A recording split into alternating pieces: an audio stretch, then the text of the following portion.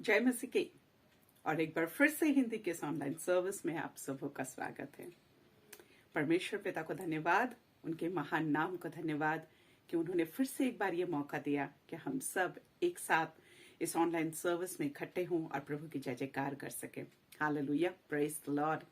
एक बार दो भाई थे और एक भाई ने किसी का कत्ल कर दिया और उसके पूरे कपड़े में खून सना हुआ था। पुलिस उसके पीछे दौड़ रही थी और वो अपने प्राण बचाने के लिए भागा जा रहा था। भागते भागते वो अपने घर पहुंचा, जहां उसका दूसरा भाई दरवाजा खोलता है और छोटे भाई को खून से सना हुआ देखकर घबरा जाता है। छोटा भाई गिड़गिड़ाने लगता है, अपने बड़े भाई से रोता है और कहता है कि भाई मुझे बचा लो, मुझसे गलती हो गई है, मेरे पीछे पुलिस आ रही है, मुझे कहीं छिपा लो। बड़े भाई ने छोटे भाई को कहा, तुम चुप से पीछे उस कमरे में जाके बैठ जाओ। और उसने छोटे भाई के कमीज को उतारी जिसमें खून भरा था, पहन लिया और अपना साफ कमीज अपने भाई को दे दिया। जब पुलिस आई, दरवाजा खटखटाया गया, बड़े भाई ने जाके दरवाजा खोला। उसके कपड़े पे खून के दाग देखकर पुलिस समझ गए कि यही कातिल है और उसे पकड़कर लेकर चले गए। मेरे प्रियो, हम और आप अगर आज अपने जीवन को जांचें और देखें तो हमारे जीवन में भी ऐसे बहुत सारे दाग धब्बे लगे थे जिसके कारण शायद आज हम कटघरे में खड़े उस छोटे वाले भाई की तरह होते। लेकिन प्रभु यीशु उस स्वर्ग से उतर कर आया, हमारे दाग, हमारी गंदगी, हमारे धब्बों को ले लिया और हमें स्वतंत्र कर दिया। भजन संगीता 107 1 और 2 पद में यूं लिखा है, यहोवा का धन्यवाद करो क्योंकि वो भला है और उसकी करुणा सदा की है। यहोवा के छुड़ाए हुए ऐसे ही कहें जिन्हें उसने शत्रु के हाथ से दाम देकर छुड़ा लिया है। आज अगर आप इस बात को अपने जीवन में महसूस करते हैं कि प्रभु यीशु ने मेरी जगह अपने प्राण के दाम देकर मुझे बचा लिया है, तो आइए आज हम अपने परमेश्वर यहोवा की आराधना करें, उनकी जय जयकार करें, उन्हें धन्यवाद दें कि प्रभु ने हमें छुड़ा लिया है। आइए प्रार्थना में जाएंगे। हालेलुया, हालेलुया, हालेलुया, हालेलुया। ओ महान दयालु प्रभु जी, धन्यवाद पिता परमेश्वर इस सुबह के समय के लिए। पिता प्रभु धन्यवाद एक नया जीवन देने के लिए। धन्यवाद प्रभु, आपने बचा लिया पिता परमेश्वर। जिस जगह आज हमें खड़े होना था, जिस जगह हमारे शरीर में कोड़ों की बारिश होनी थी, जहां कांटों के कीले हमारे हाथों में ठोकी जानी थी, प्रभु यीशु आपने वो सब कुछ हमारे जगह खड़ा होकर ले लिया और हमें वो आजादी दी, वो छुटकारा दिया जिससे हम आज स्वतंत्र होकर घूम फिर सकते हैं। प्रभु हम आपको धन्यवाद देते हैं। आज के सुबह में प्रभु जी आपके चरणों के पास आते हैं और एक बार फिर से प्रभु हम रिपेंट करते हैं, पश्चाताप करते हैं। प्रभु हमारे जीवन में आए दिन प्रभु हमारी हरकतों से, बातचीत से प्रभु हम गलतियां करते हैं, आपके विरुद्ध पाप करते हैं। प्रभु जी ओ पिता यीशु, आज हम एक बार फिर से आपके चरणों के पास आते हैं। प्रभु हम माफी मांगते पिता हमारी हर एक गलतियों के लिए। एक बार फिर हमें माफ कर प्रभु यीशु, तेरी कोड़े खाने से हम चंगे हुए, तूने हमारे पापों को उस कलवरी के क्रूस पे ले लिया और हमें आजादी दी। पिता परमेश्वर हमें क्षमा कीजिए और एक बार फिर से उठकर खड़े होने के लिए हमारे पैरों में ताकत दीजिए प्रभु, कि अब हम आपके बताए हुए राह पे चल सकें, आपकी जय जयकार कर सके, आपको आदर और महिमा दे सके, हमारे जीवन से, हमारे चाल चलन से, हमारी बोलचाल से।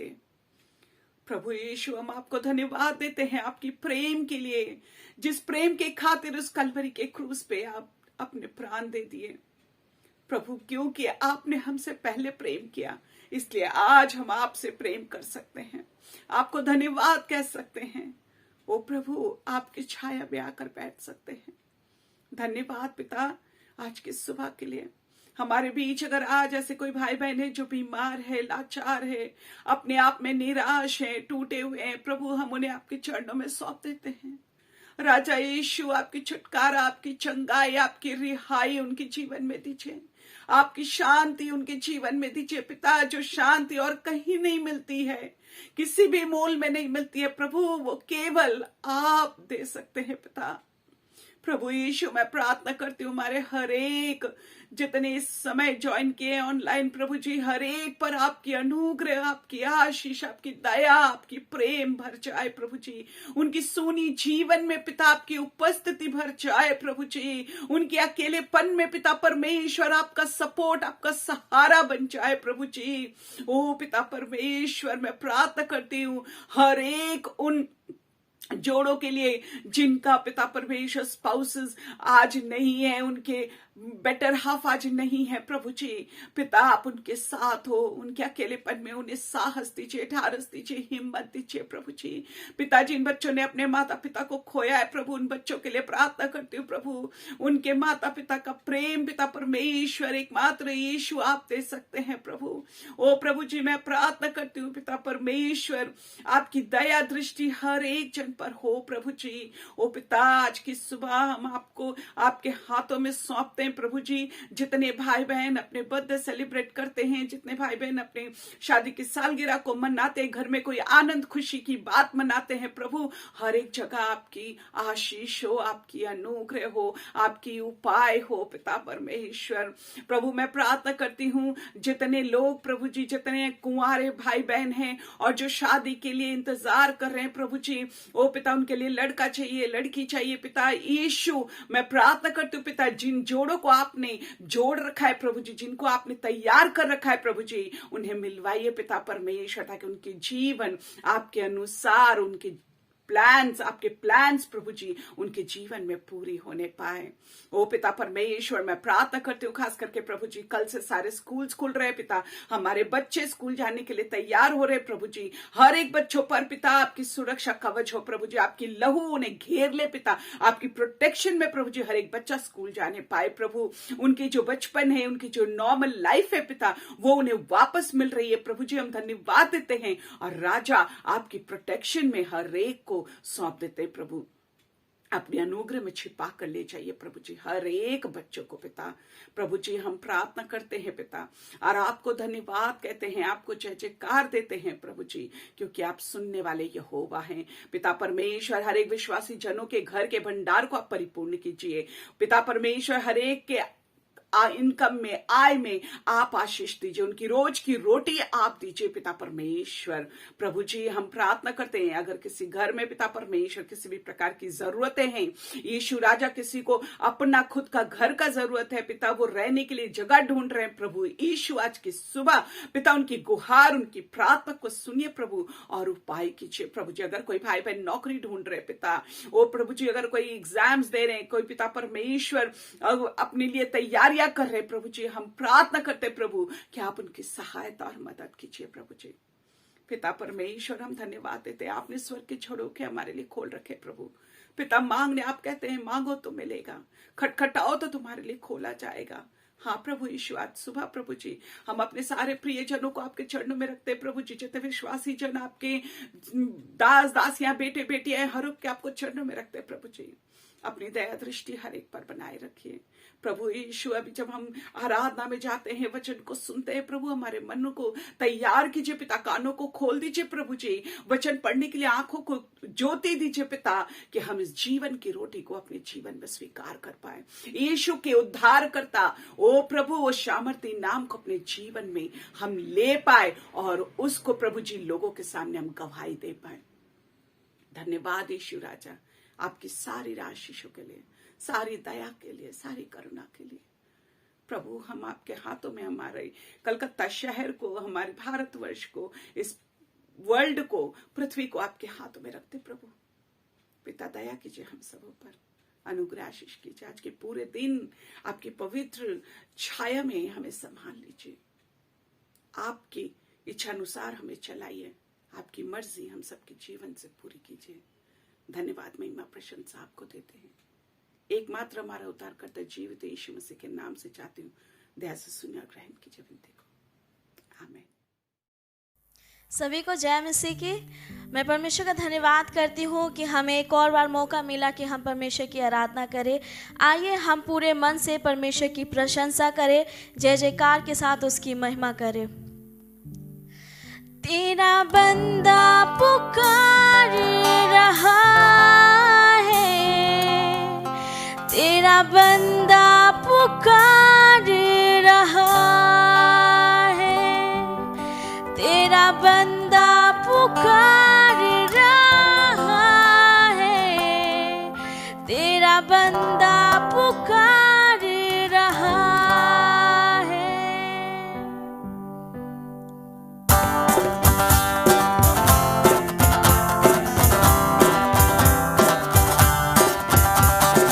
यीशु तेरा नाम प्यारे, यीशु तेरा नाम, यीशु तेरा नाम प्यारे, यीशु तेरा नाम, यीशु तेरा नाम प्यारे, यीशु तेरा नाम, यीशु तेरा नाम प्यारे, यीशु तेरा नाम। तेरा बंदा पुकार रहा है, तेरा बंदा पुकार रहा है, तेरा बंदा पुकार रहा है, तेरा बंदा पुकार रहा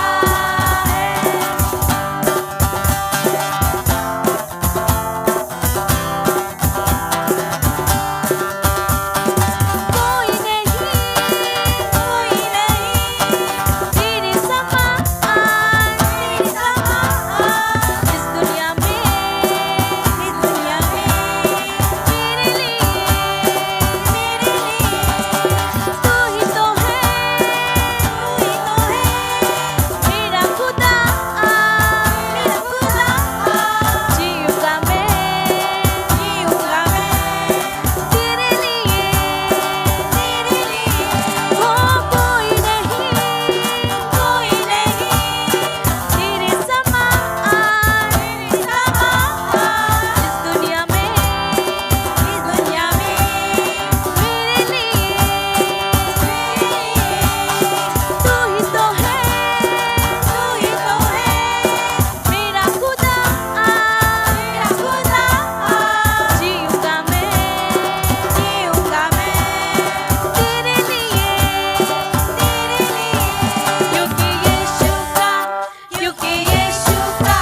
क्योंकि यीशु का मैं हूँ दीवाना, क्योंकि यीशु का मैं हूँ दीवाना, क्योंकि यीशु का मैं हूँ दीवाना, क्योंकि यीशु का मैं हूँ दीवाना। यीशु तेरा नाम प्यारे, यीशु तेरा नाम, यीशु तेरा नाम प्यारे, यीशु तेरा नाम, यीशु तेरा नाम प्यारे, यीशु तेरा नाम, यीशु तेरा नाम प्यारे, यीशु तेरा नाम। तेरा बंदा पुकार रहा है, तेरा बंदा पुकार रहा है, तेरा बंदा पुकार रहा है, तेरा बंदा पुकार रहा है, तेरा बंदा पुकार रहा है, तेरा बंदा पुकार रहा है, तेरा बंदा पुकार रहा है, तेरा बंदा पुकार रहा है। Oh yes Jesus। परमेश्वर हम तुझे महिमा और आदर देते हैं पिता। हाँ परमेश्वर, तेरे जैसा कोई नहीं, तू ही हमारा परमेश्वर है। ओ तूने ही हमें बचाया है परमेश्वर। ओ सच में पिता परमेश्वर, ओ तूने प्रभु हमें माँ के गर्भ में रचने से पहले ही हमें बना दिया। परमेश्वर तूने परमेश्वर इस दुनिया में आने से पहले ही हमें नाम लेकर बुलाया है। सच में तू हमारी ढाल है, तू हमारा परमेश्वर चट्टान है, ओ तू शरण स्थान है परमेश्वर। आइए हम उसकी प्रशंसा करें, हाथों को उठाकर उसकी जय जयकार करें, कहे परमेश्वर तेरी स्तुति हो। Yes, Jesus, hallelujah. Jesus. हो तेरी स्तुति और आराधना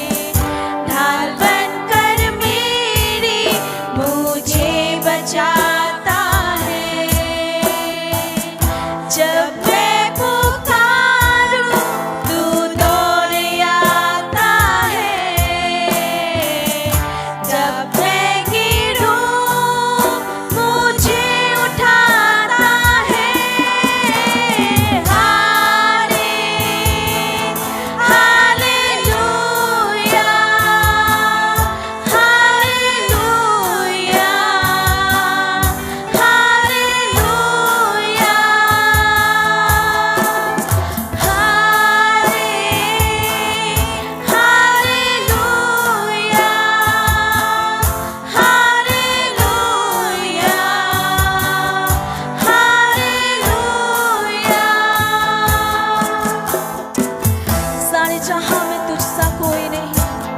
ओ तू ही प्रभु, तू ही परमेश्वर है।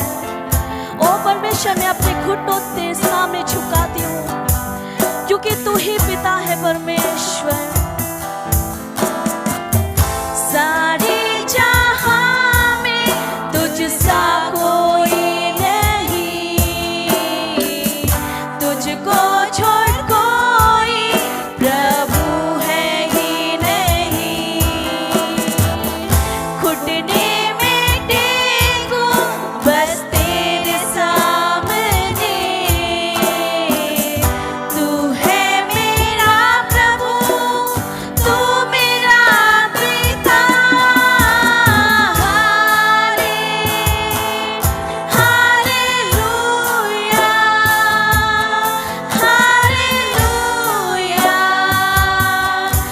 हालेलुया, हालेलुया,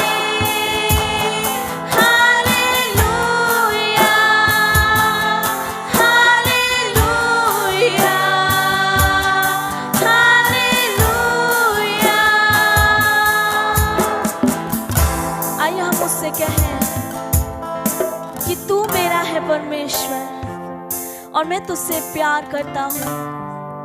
ओ प्यार है और सिर्फ प्यार है तुझसे जीसस। प्यार है तुझसे, प्यार है तुझसे, प्यार है यीशु।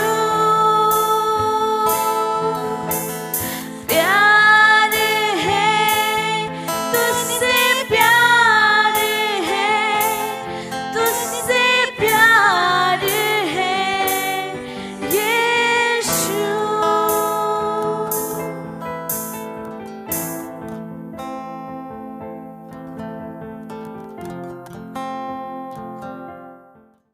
जीवित परमेश्वर के नाम को धन्य कहता हूं, क्योंकि परमेश्वर फिर से अपने वचन आप लोगों के सामने लाने की इस मौका को दिए हैं। हम विश्वास करते हैं जब हम परमेश्वर की उपस्थिति में होकर, परमेश्वर के आत्मा में होकर परमेश्वर के वचन को लाते हैं, तो वह मनुष्य नहीं बोलता, लेकिन परमेश्वर की आत्मा बोलती है। आज आप और हम जिस वचन को देखेंगे, उस वचन उस संदेश का शीर्षक है सफलता का रहस्य, सीक्रेट ऑफ सक्सेस। और उसको देखने के लिए हम लोग देखेंगे यहोशू की पुस्तक, उसका 1 अध्याय और उसका 8 पद। हो सकता है बहुत बार हम इस वचन को सुने हैं, लेकिन परमेश्वर की वचन बार बार हमको एक चीज इसीलिए कहता है कि हम उसको जाने और उसमें स्थिर हो, और उस वचन के अनुसार चल के हमको जीवन में उसका आशीष मिले। और उसमें ऐसा लिखा है, व्यवस्था की यह पुस्तक तेरे चित्त से कभी ना उतरने पाए, इसी में दिन रात ध्यान दिए रहना, इसलिए कि जो कुछ उसमें लिखा है उसके अनुसार करने की तू चौकसी करे, क्योंकि ऐसा ही करने से तेरे सब काम सफल होंगे और तू प्रभावशाली होगा। प्रार्थना करते हैं। हमारे जीवित और उद्धारकर्ता प्रभु परमेश्वर, आपकी उपस्थिति को कामना करते हैं प्रभु। हम सबों को छुपा ले प्रभु, मुझे छुपा ले, और आपकी पवित्र आत्मा हम सबों को प्रभु बातचीत करे। जो वचन आपका प्रभु, ये सामर्थ्य वचन हम सबों को संपूर्ण रीति से परिवर्तन करने के लिए प्रभु सामर्थ्य के साथ काम करें। हम सबों को पूरे विषय को प्रभु आपके हाथ में सौंपते हुए विनती प्रभु यीशु के नाम में मांगता हूं, आमीन। परमेश्वर का वचन कहता है, व्यवस्था का ये पुस्तक तेरे चित्त से कभी उतरने ना पाए। व्यवस्था का ये पुस्तक तेरे चित्त से कभी ना उतरने पाए, इसी में दिन रात ध्यान दिए रहना, इसीलिए कि जो कुछ उसमें लिखा है उसके अनुसार करने की तू चौकसी करे, क्योंकि ऐसा ही करने से तेरे सब काम सफल होंगे और तू प्रभावशाली होगा। हम जीवन में सफल होना चाहते हैं, प्रभावशाली होना चाहते हैं, और परमेश्वर भी चाहते हैं कि हम सफल हो, हम प्रभावशाली हो। लेकिन उसके लिए परमेश्वर जो हमको बोले कि ये है रास्ता, ये है उसका रहस्य, जिसको करने से तुम प्रभावशाली होंगे और तुम सफल होंगे। व्यवस्था का ये पुस्तक क्या है? व्यवस्था का पुस्तक ये परमेश्वर का आदेश है। व्यवस्था का पुस्तक क्या है? व्यवस्था का पुस्तक परमेश्वर की आदेश जो परमेश्वर ने दिए हैं, वो परमेश्वर जो आपको हमको सृष्टि किए हैं, आपको हमको बनाए हैं, और वो जानते हैं हमारे लिए क्या जरूरी है, और उसी के अनुसार वो आदेश दिए हैं, और वही है उनका व्यवस्था। बाइबल का पहला 5 पुस्तक को व्यवस्था माना जाता है। जो मूसा के द्वारा लिखी गई वो पहला 5 पुस्तक को व्यवस्था बोलते हैं। और यहाँ परमेश्वर की आत्मा परमेश्वर यहोशू को कहते हैं कि व्यवस्था का ये पुस्तक तेरे चित्त से कभी भी उतरने ना पाए। इसमें दिन रात ध्यान दिए रहना। क्यों? ताकि तुम इसमें जो कुछ भी लिखा है उसके अनुसार करने की तू चौकसी करे। Be careful to do everything written in it. तुम चौकसी करो कि इसमें जो कुछ भी लिखा है उसके अनुसार तुम करो। ऐसे करने से तेरा सब काम सफल होंगे और तू प्रभावशाली होगा। परमेश्वर की वचन जब हम लोगों को बोल देता है कि परमेश्वर उस व्यवस्था से हमारा चित्त कभी भी उतरने ना पाए।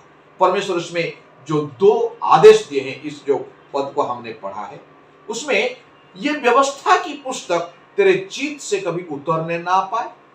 दूसरा, दिन रात तुम इसी पर ध्यान दिए रहना, क्योंकि ऐसे ही करने से तेरा सब काम सफल होंगे और तू प्रभावशाली होगा।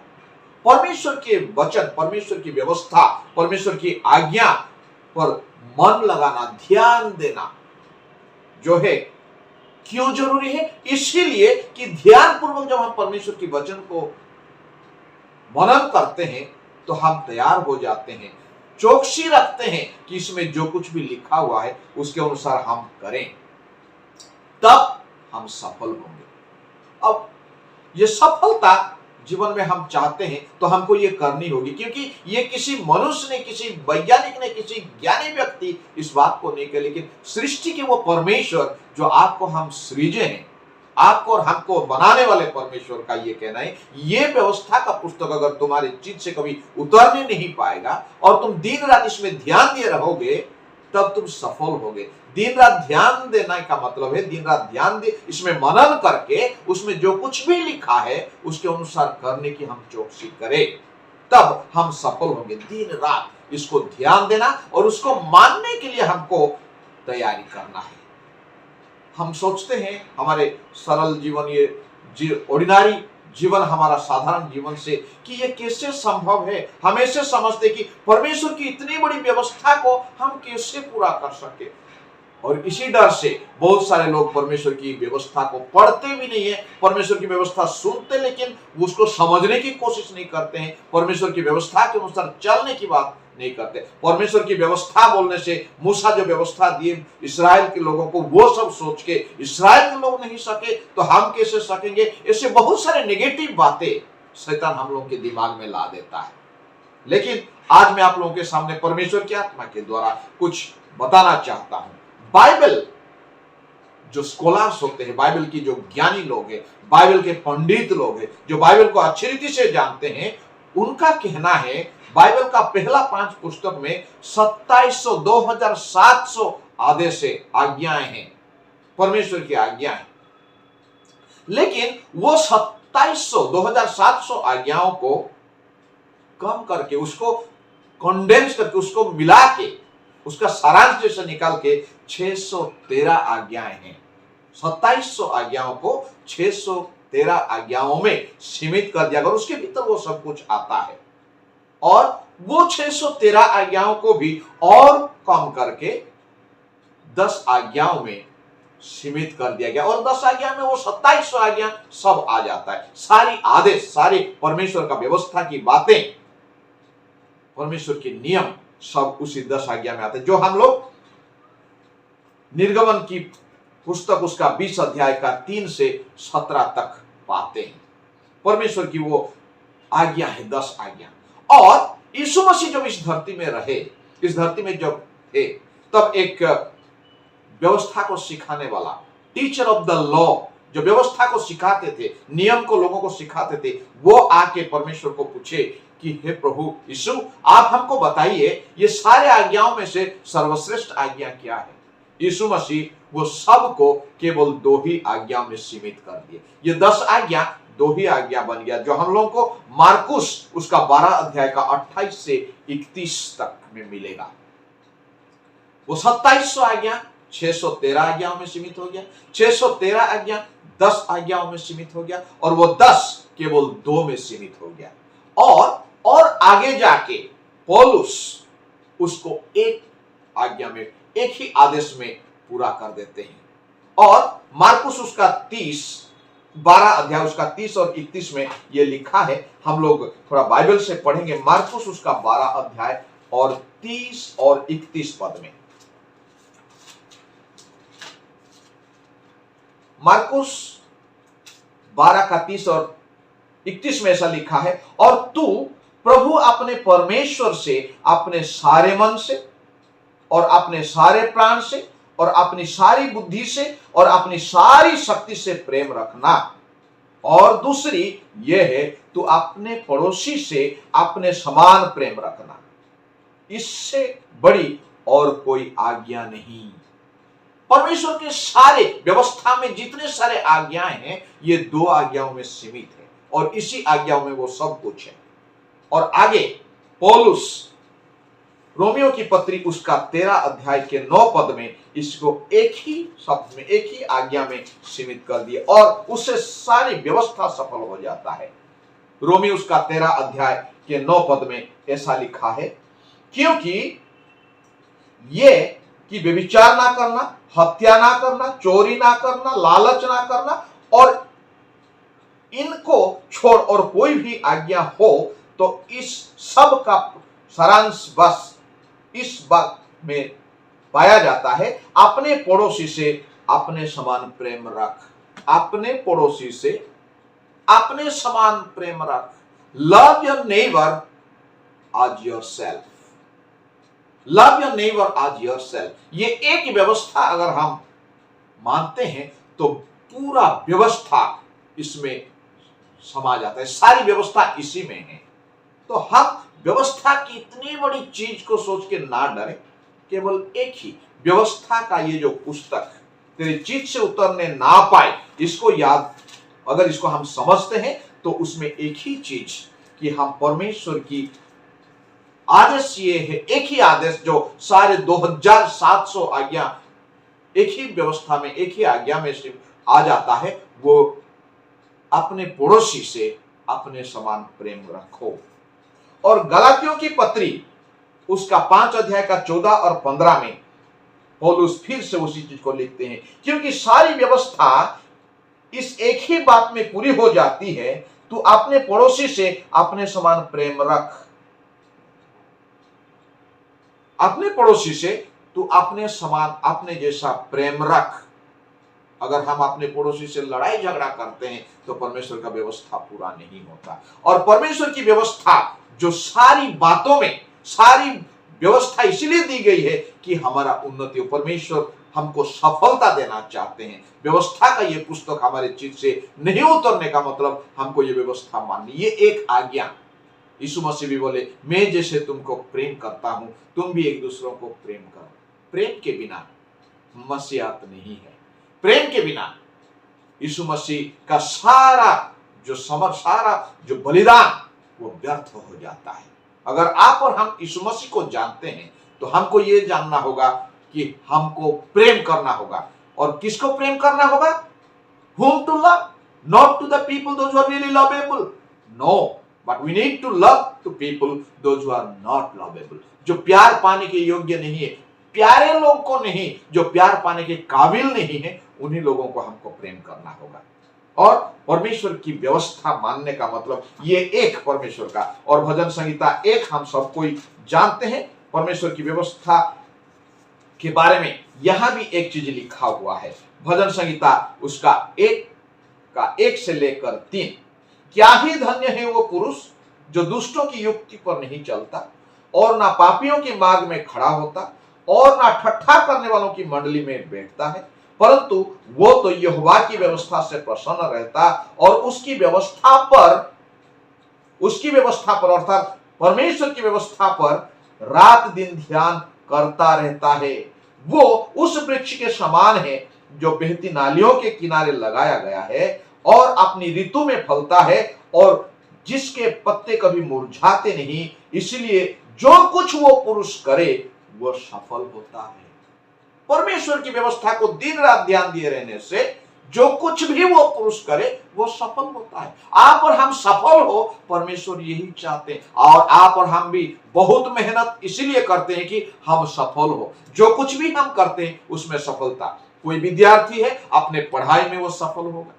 कोई व्यवसाय करने वाले अपने व्यवसाय में सफल होंगे। परिवार को चलाने वाले परिवार में सफल होंगे। मिनिस्ट्री को चलाने वाले मिनिस्ट्री में सफल होंगे। परमेश्वर का सेवा करने वाले उसमें सफल होंगे। जहां कहीं भी जो कोई भी काम हम करते हैं उसमें अगर हमको सफलता चाहिए तो हमको परमेश्वर की व्यवस्था को भूलना नहीं होगा। और परमेश्वर की व्यवस्था बोलने से बहुत सारा सोच के उसमें घबराने का नहीं।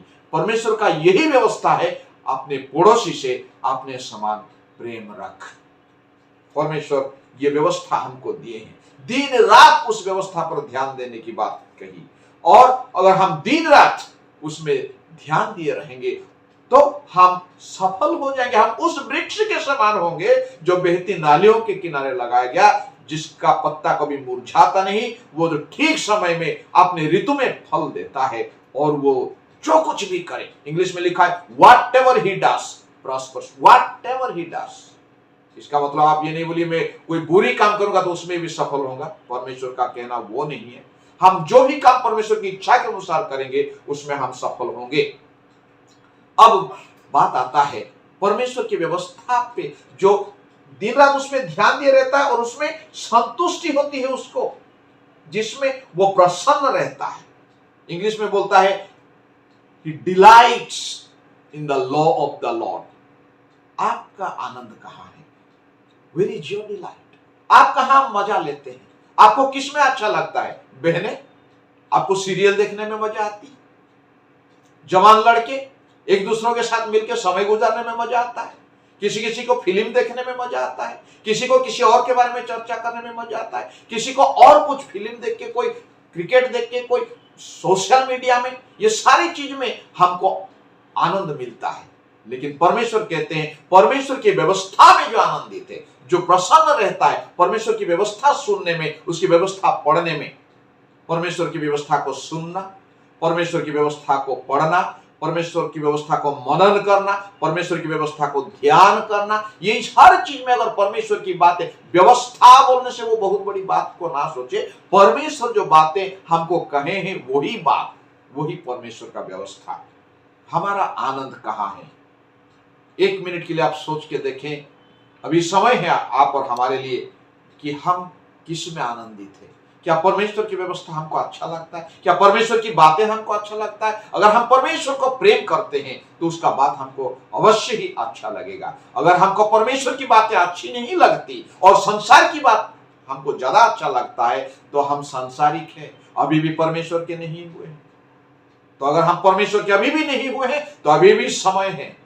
बोला जाता है कभी भी शुरुआत करने के लिए कोई भी समय विलंब का समय नहीं होता है। It is never too late to start something good. और जब आप और हमारा जीवन को परिवर्तन करने वाली बात होती है तो absolutely it is never too late. कभी भी ये विलंब नहीं हुआ। अभी भी समय, अगर आप परिवर्तन होते, अभी आपका मन बदल जाता है, परमेश्वर का वचन अगर अभी आपको परिवर्तन करता है तो ये राइट टाइम है आपके लिए। तो परमेश्वर की व्यवस्था में हम आनंदित है या नहीं है? हमको उसमें मजा आता है या नहीं है? अगर हम परमेश्वर की बातों में आनंदित होंगे तो परमेश्वर का कहा हुआ सारी बातें हमको अच्छा लगेगा और हम वो स्वर्ग राज्य के लिए तैयार होंगे। अगर हमको दुनिया की बातें बहुत अच्छी लगती है तो हम संसारिक हैं अभी भी, और संसार की बातों में हमको ज्यादा मजा आता है। तो हमारा आनंद, हमारा खुशी किसमें होता है? अगर हम भजन संहिता 119 का 16 थोड़ा सा पढ़े, उसमें बहुत सुंदर बातें लिखी हुई है। भजन संहिता 119 और उसका 16, 119 का 16, उसमें ऐसा लिखा है, मैं तेरी विधियों से सुख पाऊंगा और तेरे वचन को ना भूलूंगा। मैं तेरे विधियों से सुख पाऊंगा।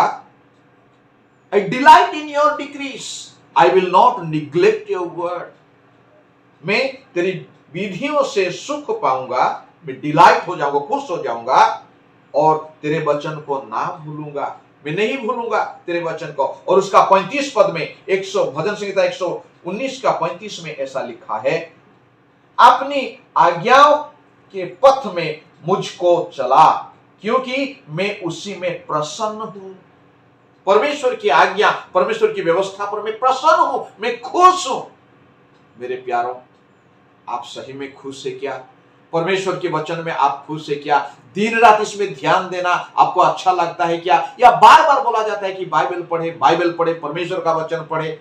वो ऐसे ही नहीं बोला जाता, इसीलिए बोला जाता है उसमें जब आप आनंदित होंगे आपका जीवन बदलेगा, सफलता आपके पीछे आएगी। ये सफलता का रहस्य है, सफलता का कुंजी है। परमेश्वर सब कुछ बोल देते हैं। अगर आप और हम सफलता में आगे बढ़ना चाहते हैं तो हमको मानना होगा।